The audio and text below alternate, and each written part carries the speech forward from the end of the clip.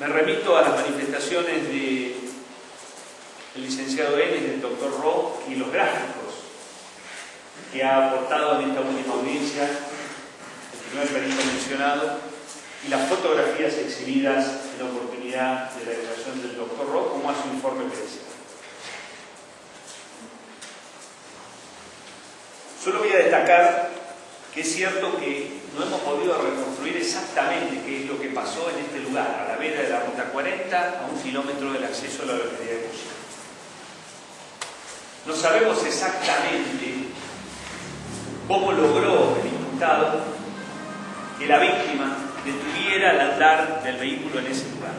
Sí sabemos que probablemente haya modificado el destino del viaje requiriendo ser llevado hasta Esquel. Y esto es lo que muchos remiseros han señalado, de que en la zona del Pedregoso se había comunicado por radio de haber pedido el código Esquel. Probablemente, y esta es una inferencia que hace la Fiscalía, haya utilizado algún ardid para hacerlo detener en ese lugar de la ruta. Hay un elemento que me permite inferir esto, que es lo que surge de los análisis telefónicos que están expuestos muy sintéticamente en estos rotafolios que hemos utilizado durante el juicio. A las 21:25 horas, ambos celulares, imputado y víctima, hacen un llamado telefónico. El imputado a la escuela 139, precisamente imaginamos, para disimular, porque a esa hora hemos probado que en la escuela 139 no puede haber interlocutor alguno. No tenía ningún motivo tampoco para llamar a la escuela 139, respecto de la cual ya los hijos de su pareja se habían desvinculado y ya había obtenido la documental para hacer el pase escolar. Suponemos, y es una mera suposición, por eso lo aclaro, que mediante algún ardid ha logrado que la víctima se detenga. Es muy probable que la víctima haya descendido el rodado para llamar a su pareja, a la señora Aurora, que también declaró en esta sala, para decirle que estaban en Puyén y probablemente para decirle hacia dónde iba, extremo que no alcanzó a decirlo. No sabemos por qué. La comunicación se cortó abruptamente. Infiero, pienso, y lo pienso no solo por esto que estoy señalando, sino por lo que viene después, que quizás en ese momento recibió la primera agresión por la espalda, de sorpresa, casi alevosamente, casi sobre seguro. Recordemos que los peritos describen al menos 2 lesiones por la espalda. Es muy probable, y también hablo de mera suposición, que la víctima tuviera alguna acción de reflejo de defensa. Es muy probable que intentara huir del lugar y por eso cruzara la ruta. Nada nos indica que el detenerse debiera ocurrir del otro lado de la ruta cuando la dirección de destino era hacia Esquel. Pero sí hay un dato científico que es los pasos del agresor que vienen de la ruta hacia la banquina, hacia el lugar donde se produjo el forcejeo. Pienso, especulo, es muy probable, no lo podemos afirmar. Hay 2 personas que solamente saben qué pasó en ese lugar. Uno es el imputado. La otra es la otra imputada que todavía no ha comparecido a la audiencia del artículo 274. Ninguno de los dos hasta ahora ha dicho la verdad, lo que nos deja en este margen de posibilidades. Pero posibilidades que se van desvaneciendo cuando vemos lo que pasó después. Porque los actos de las personas son consecuentes con los actos anteriores. Uno antes de sentarse a comer probablemente ponga los platos y probablemente prepare los cubiertos. ¿Sí? Y si el destino final era Comodoro y el destino final era vender el auto, pues era necesario matar a Rodolfo F. y matarlo del modo más seguro posible y sin ser advertido por otras personas que pudieran delatar. Entonces, este era un lugar que tenía algunas características especiales. Era el último punto con señal de celular. Era una zona oscura, con condiciones climáticas que favorecían un ataque sorpresivo en la banquina, pero para eso había que lograr que parara y en lo posible que se bajara del auto. Esto evidencia la escena.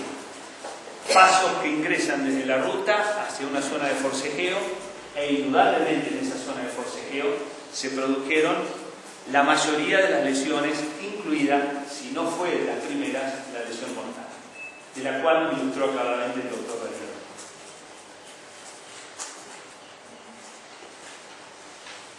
¿Podemos pensar que Rodolfo Effer se defendió? Sí, podemos pensar. De hecho, quedó claro en el debate de que tenía restos pilosos en sus manos que podían ser del cuerpo del imputado. Se hicieron pericias en tal sentido. Huelga decir que no obtuvimos resultados comparativos por deficiencia seguramente del método, y por eso no transitó en esta audiencia la pericia de pelos. Pero el propio imputado ha reconocido, quizás en lo que no podía negar, que él fue el autor de esas lesiones, y por lo tanto también podemos inferir que los restos orgánicos que estaban en manos de Frey fueran del cuerpo del imputado. Nada hay que nos permita negar esta posibilidad. Ahora, lo que sí también podemos afirmar es que no hay posibilidad alguna de ataque por parte de Rodolfo Frey. Primero, porque no era su personalidad. Segundo, porque en modo alguno podía estar preparado para lo que iba a pasar. No podía tener ni siquiera posibilidad de inferir que ya habían decidido su muerte y la venta de su auto en Comodoro Rivadavia. Ciertamente que es un hallazgo que ha generado la atención de la Fiscalía, esa hoja de cuchillo seccionada en la escena del hecho y tinta en sangre.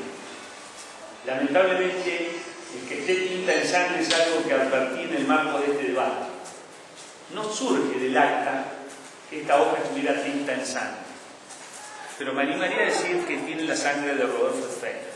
No lo hemos periciado, es un déficit de la Fiscalía, no cabe ninguna duda, pero la advertencia de que tenía rastros de sangre fue en el marco de este debate. Podemos pensar que Rodolfo Frey tuviera este cuchillo para uso doméstico, podemos pensar hasta que en oportunidad de defenderse lo hubiera utilizado, y podemos pensar que ese cuchillo fuera el autor de las tenues lesiones que tenía el imputado. Pero aún así, no hay ninguna posibilidad de estructurar sobre estos elementos una hipótesis de legítima defensa, a menos que nos olvidemos de todo lo anterior y nos olvidemos de todo lo posterior, porque los hechos se analizan en su conjunto: conducta previa, concomitante y posterior, y de ahí se saca una conclusión con certeza. Pero además sabemos que, los peritos lo han dicho, no tuvo posibilidad de defenderse, por lo cual, si hablamos de posibilidad de defenderse, es porque está siendo víctima de un ataque, que además recibió ni más ni menos que 20 heridas cortantes, que indudablemente tenían la única finalidad de producir la muerte y no repeler una agresión. ¿Cuántas heridas de las 20 eran necesarias para repeler una posible agresión? Podemos pensar en 2, podemos pensar en 3. Una agresión además de un hombre joven, robusto, frente a un hombre mayor con deficiencias físicas que también quedaron demostradas en esta audiencia. Un hombre diabético, con medicación, cansado de trabajar todo el día y que además obviamente ha sido sorprendido en este accionar. Entonces, no se puede armar una historia de legítima defensa con estos elementos que son negativos para la legítima defensa. La legítima defensa exige que se pruebe primero que hubo una provocación, un ataque, una agresión ilegítima.